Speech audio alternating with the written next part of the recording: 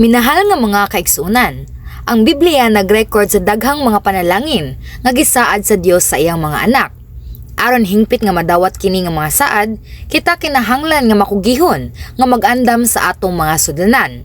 Pinaagi sa pagdawat sa mga pulong sa mga panalangin, isip espirituhanong paagi sa pag-amuma, nagampo ko sa ngalan sa Ginoo nga ang mensahe karong adlaw magdala kanimo og dagkong grasya ug gahom. Mga kaigsunan, karon mao ang ikatulong nga sermon sa mga panalangin nga naghisgot sa panalangin alang sa mga malumo. Ang Mateo kapitulo 5 bersikulo 5 nag-ingon, bulahan ang mga malumo kay maila ang tibuok yuta. Sama sa naunang mga panalangin, kini nga bersikulo wala gipasabot nga sabton sa literal. Ang pagkapobre sa espiritu o ang pagsubo, sama sa gisgutan sa unang duha ka miaging mensahe, kay lahi kaayo sa komon nga pagsabot. Nagkinahanglan kini nga masabta nato sa espirituhanong kahulugan. Ingon usab ang kalumo nga gihulagway sa ikatulong nga panalangin dili parehas sa kalibutanon nga kalumo. Sa diksyonaryo, ang kalumo kay kahulugan nga nagpakita sa mainitong maaghop ug malumo nga kinaiya. Sa kinatibuk-an, ang usa ka malumo nga tawo kanunay nga makita isip usa ka tawo nga adunay maaghop nga kinaiya o dili dali masuko. Mahimo usab kini nga nagtumong sa usa ka tawo nga dili aktibo, maulawon, malumo nga sinultihan o hilumon.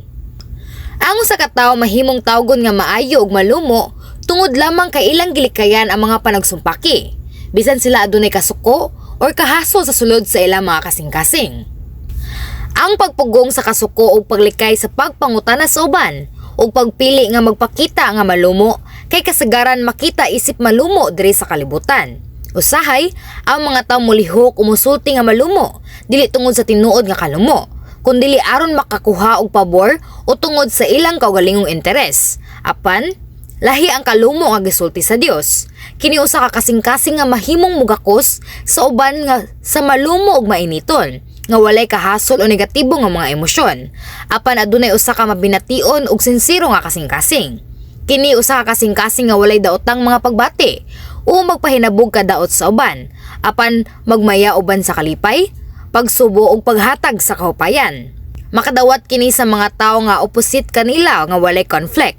Kini usa ka kasing-kasing nga dili mohukom o mokondena, apan nagtinguha nga masabtan ang uban ug nagserbisyo uban ang mainitong pagpaubos. Kini nga matang nga kasing-kasing sama sa gapas. Huna-hunaa ang paglabay og bato sa gapas ug sa gahi nga butang. Ang usa ka bato nga gilabay ngadto sa metal mohimo og kusog nga tingog ug muuntol. Kung ilabay sa bildo, kini kay mabuak. Sa susama, ang usa ka tawo nga puno sa garbo ug pagkamahuna-hunaon sa kaugalingon kay mo-react sa mapintas nga paagi kung ang mga butang kay dili mahitabo sa ilang gusto. Bisan unsa pa ang imong paglabay sa usa ka bato o pagdukdok niini sa bula sa gapas, kini walay tingog og yano nga maabsorb sa epekto sa paglabay ug pagdukdok. Kini nagpabilin nga humok o malumo. Ang malumo nga tawo nga adunay kasing-kasing nga sama sa gapas, makapuyo nga malinawon sa tanan ug sa bisan unsang kahimtang nga walay panagbangi. Kung ang usa ka malumo ug kalmado nga kasing-kasing giubanan sa virtue, kini mahimong hingpit nga kalumo nga gitinguha sa Dios. Busa, unsa ang virtue? Ang virtue gihulagway nga pagkapatas, halapad nga pagsabot sa uban, mga aksyon nga nahiuyon sa pagaresente ug usa ka kinaiya nga nag-impluwensya sa uban. Ang sama nga magamit sa espirituhanong paagi bisan kung ang usa ka tawo adunay mainit nga kasing-kasing ug makagakos sa uban. Kung ang ilang mga lihok dili maayo o sila makahimo og mga sayop sa kanunay ug mapakyas sa pag-ila, o kung sila hilabihan nga passive nga tawo, sila kulang sa virtue ug dili gayud mahimong malumo. Kung ang mga pulong sa usa ka tawo bastos o puno sa mga komedya, dili sila makakuha og pagsalig sa uban, bisan pa sa pagsulti mahitungod sa gugma ug pagdasig. Kung buhaton nila kini sa usa ka bati nga tuno, kulang sila sa virtue o gipugngan ang bisan unsang tinuod nga pagbag-o sa uban, bisan sa dili komportable nga mga kahimtang o sa lisod nga mga tawo. Ang usa ka malumo nga tawo dili magunahuna nga negatibo apan nagtinguha nga makasabot og dili molihok nga bastos o dautan. Sila nagiya kanila ngadto sa mas maayo nga dalan. Uban sa kaaghop og virtue, sila makakadala sa uban ngadto sa positibo nga kausaban.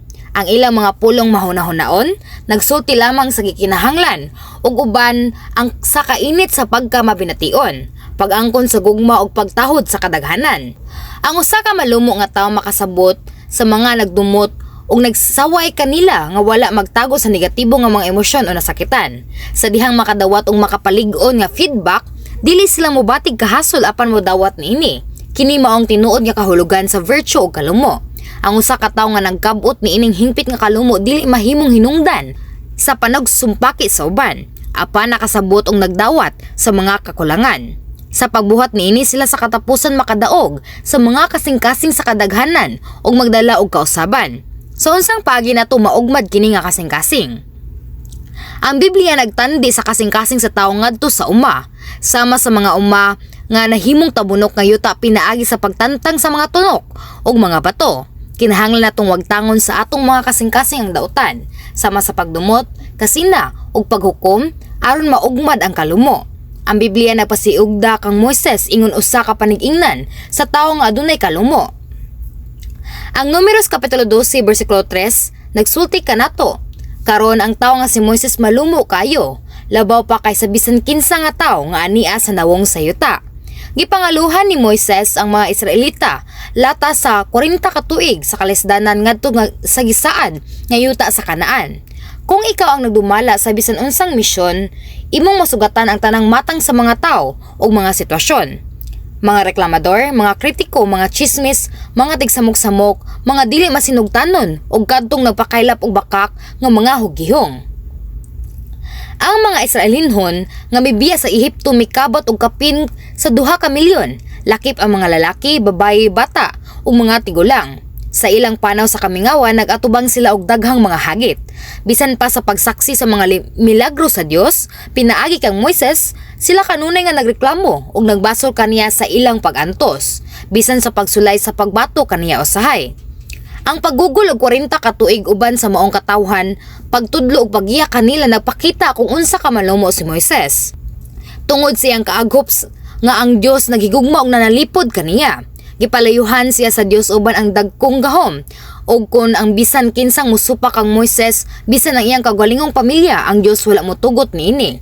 Apan adunay interesado kaayo nga punto. Sa panahon nga nakita ni Moises ang katawhan nga nagsimba sa mga Dios-Dios human makadawat sa 10 ka sugo, nasuko siya og gilabay niya ang mga tablets. May mga higayon sab nga iyang gibadlong ang katawhan. Importante ang pag-ilatali sa kalibutanhon nga kalumo o sa espirituhanong kalumo. Si Moises maaghop nga tawo, apan kung bahin sa pagtudlo sa kamutuoran siya hugot nga mibuhat niina. Siya sa dihang nakasala ang mga tao batok sa Dios, gibadlong niya sila pag-ayo. Kini napakita sa usa ka pagtuo nga nakasentro sa Dios ug kalumo uban ang virtue. Bisan si Jesus nga hilabihan ka malumo, misulti nga mapintas sa salingkapaw nga mga Pariseo nga nagtawag kanila nga kaliwat sa mga bitin. Giabog usab niya ang mga tigilis ug kwarta gikan sa templo gamit ang latigo, sapagkat tinuod ang maaghop nga tawo dili lamang malumo og mainiton, kundi kusgan usab ug maisugon sa dihang mubarog nga lig-on diha sa kamatuoran. Tungod sa tinuod nga kalumo ni Moises, ang Dios maingon sa Números kapitulo 12 bersikulo 7, siya matinumanon sa akong tibuok panimalay, nga miila sa iyang pagkamaunungon ug gugma alang sa gingharian sa Dios. Bisan pa niana sa simbahan ang uban mahimong makita nga malumo apan wala mailhi sa Dios. Kini nga mga individual dili mamunga og espirituhanong bunga sa kaluwasan o sa ilang misyon tungod kay ang ilang kalumo dili espirituhanon. Sama sa gisulti ganiha, kung ang tao kay simple nga introvert og natural nga maaghop, kini dili ang malumo nga makapahimuot sa Dios. Kung ang usa ka tawo mo kompromiso sa paglikay sa panagbangi nga walay gugma og pagkamatarong ngadto sa Dios ug sa simbahan, sila dili gayud mailhan nga malumo. Ang uban tingali hilumon og malumo sa kinaiya apan kulang sa gugma alang sa pagkamatinudanon. Bisan tuod silang murag malumo, kini dili espiritual nga kalumo. Kini nga mga individual na nimbasog sa pagdawat sa mga tubag ug mga panalangin. Apan kadtong adunay espiritual nga kaaghop, adunay mga kasing-kasing nga sama sa maayong yuta, di nang bisan unsa nga gipugas dali nga mamunga. Ang espirituhanong mga bunga sama sa gugma, kahayag ug ang espiritu kay dali nga motubo sa ilang mga kasing-kasing. Ang ilang mga pag-ampo dali usab nga gitubag sa amahan nga Dios. Minahal nga mga kaigsunan, Labaw sa tanan kadtong mamunga sa bunga sa kalumo, makadawat sa tinuod nga panalangin sa Dios, nga mao ang kabilin nga yuta. Ang panulundon nagtumong sa kabtangan o negosyo nga gipasa gikan sa mga katigulangan. Ang maong napanunod nga yuta, masugot nga giilakay sa yuta nga gipalit sa kagulingong kaluwatan. Pananglitan, sa kabanikanhan ang yuta nga gipasa ngadto sa mga henerasyon giilaingong kabilin sa pamilya ug panagsara ibaligya nga gipreserba alang sa umaabot nga mga henerasyon. Ang balaod nagdili usab sa mga Israelita sa pagbaligya sa yuta nga napanunod sa ilang mga katigulangan. Ang pagpanunod sa yuta nagpasabot sa pagdawat sa usa ka butang nga lig-on og luwas nga iya. Busa unsang matanga sa yuta ang napanunod sa malumo. Ang bahandi ba o yuta ni ining kalibutana? Dili. Bisag unsa pa kadako nga yuta ang maangkon sa usa ka tawo dinhi sa kalibutan, dili kini madala ngadto sa langit. Busa dili kini usa ka walay katapusang kabilin o tinuod nga panalangin. Ang pagpanunod sa yuta nagpasabot sa pagdawat sa walay katapusan nga yuta sa langit, usa ka yuta nga dili mawala. Ang mga maaghop makapanunod ni ini nga yuta tungod kay sila na nag-iya og virtue ug nakadaog og daghang mga kasing-kasing. Samtang ang mga tawo sa gawas mahimong magpasakop ni adtong adunay bahandi ug gahom, ang tinuod nga pagpasakop nagagikan sa kasing-kasing dili sa panggawas nga pwersa. Ang mga tawo nga adunay virtue mudasig sa uban sa pagtugyan gikan sa kasing-kasing o magtinguha nga moduol kanila. Sa diha nga atong mga kasing-kasing mahimong tabunok nga yuta, kini sa espiritual mahimong tinubdan sa otoridad. Pananglitan, kung ang mga leader nga adunay virtue sama sa mga presidente sa ministry o mga leader sa distrito, ang mga tawo natural nga madani kanila aron ang simbahan kay molambo. Ang malumo nga tawo bisan pa sa pagatubang sa pagdili masinugtanon o panagsumpaki, dili mo bulag o mubaliwala sa uban apan muhigugma, buga kusog magampo alang kaniya. Nagiyak kanila ngadto sa kausaban. Ang mga pulong gikan sa maaghop ug mahiyason nga kasing-kasing nagdala og grasya ug lig-on sa uban. Ang mga membro sa simbahan kay madasigon nga maminaw ni adtong nagsulti uban ang virtue. Nagkuha og kasog aron magpabilin sa kamatuoran ug mutubo sa pagtuo. Kadtong mudawat og daghan ug mudala kanila ngadto sa langit makadawat og dagkong mga ganti. Lakip ang mas dakong dapit sa langit. Aron makatukod og nindot nga balay, kinahanglan ang ligot nga pundasyon, mao ang pundasyon sa malumo nga tawo kay mudako. Ang labaw nga makaaghop og virtue nga naa sa usa ka tawo kay mas dako ang yuta nga ilang napanunod. Apan ang gamay nga pagunahuna nga kulang sa kalumo og dili makagakos sa uban, dili makadawat og dagkong kabilin sa langit. Kadtong ana sa bagong level sa pagtuo, dili makabiya sa sala ug makakabot sa kalumo, magpuyo sa labing ubos nga level sa langit, nga mao ang paraiso. Gikan sa unang level sa langit ug pataas, ang mga balay gitukod nga adunay pundasyon nga napakita sa kalumo, virtue ug gidaghanon sa mga tawo nga ilang gigakos. Kadtong mosulod sa bagong Jerusalem makadawat og spiritual nga kaagop, nga moresulta sa kaylap nga yuta ug dagko ug sa matahom nga mga balay.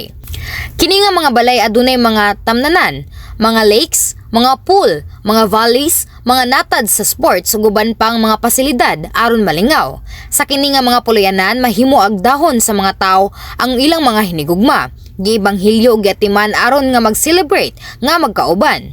Kini ang ikatulong nga panalangin nga gisaad sa Ginoo, ang panalangin nga madawat sa mga malumo. Minahal nga mga kaigsunan, niining kalibutan na lisod ang pagpanag-iya sa usa ka balay nga wala magikan sa mga kabilin. Sa usa ka kalibutan din ang mga tawo kasagaran nagpuyo sa 70 ug 80 ka tuig, sa labing maayo nga 100 ka tuig, daghan ang gusto sa dagko maluho nga mga lugar. Apan giunsa nimo pag-andam ang imong mahangturong puluyanan sa langit? Kung kontento ka sa pagkaluwas lang ug pagtambong sa simbahan nga walay pagtinguha nga labi pa, mahimo kang maabot sa paraiso nga walay imong kaugalingon nga balay. Di ka magmahay? Kung mahibalaan nimo nga adunay usa ka ganti o gihimo ang paningkamot, mahimo ka nga makasulod sa mas taas nga level sa langit. Apan unsay imong bation, kinsa nahibalo bahin sa bagong Jerusalem? Kung makita nimo ang imong kaugalingong mga balay, mahimong magunahuna ka kung unsa kagamay ang yuta ug ang balay. Pagmahay nga kung mas malumo pa unta kamo ug migakos og dugang mga kalag alang sa langit, apan kini nga pagmahay ulahin na kayo. Sa di pa mobalik ang Ginoo, kinahanglan makugihon natong ugmaron ang kalumo ug kaputli aron makapanunod sa dako nga yuta. Ang mga tawo nga nagtrabaho sa pag-ibanghilyo, pagampo ug pagluwas sa mga kalag, makabaton og dagko, matahom nga mga panimalay. Kadtong sama ni Moises, Elias, Enoch, Abraham, Maria Magdalena ug Birhen Maria makapanunod sa dako matahom nga mga pulianan sama sa usa ka langitnong syudad. Ngano nga kini nga mga individual lamang. Bisan karon ang Dios matinguhaon nga nangita ni adtong adunay malumo nga kasing-kasing sama kanila. Ang Dios naghatag sa mga tawo og misyon sa pagako sa daghang mga kalag, uban sa iyang kasing-kasing sa pagluwas kanila ug sa paggiya kanila sa kamatuoran. Alang ni adtong nagtuman ni ini nga misyon ang Dios naghatag og halapad nga yuta ingon nga kabilin sa langit. Ako nagampo sa ngalan sa Ginoo nga inyong ugmaron ang husto nga kalumo ug pagkamatarong ug makadawat sa dagkong yuta ingon nga inyong walay katapusang kabilin sa langit. Amen.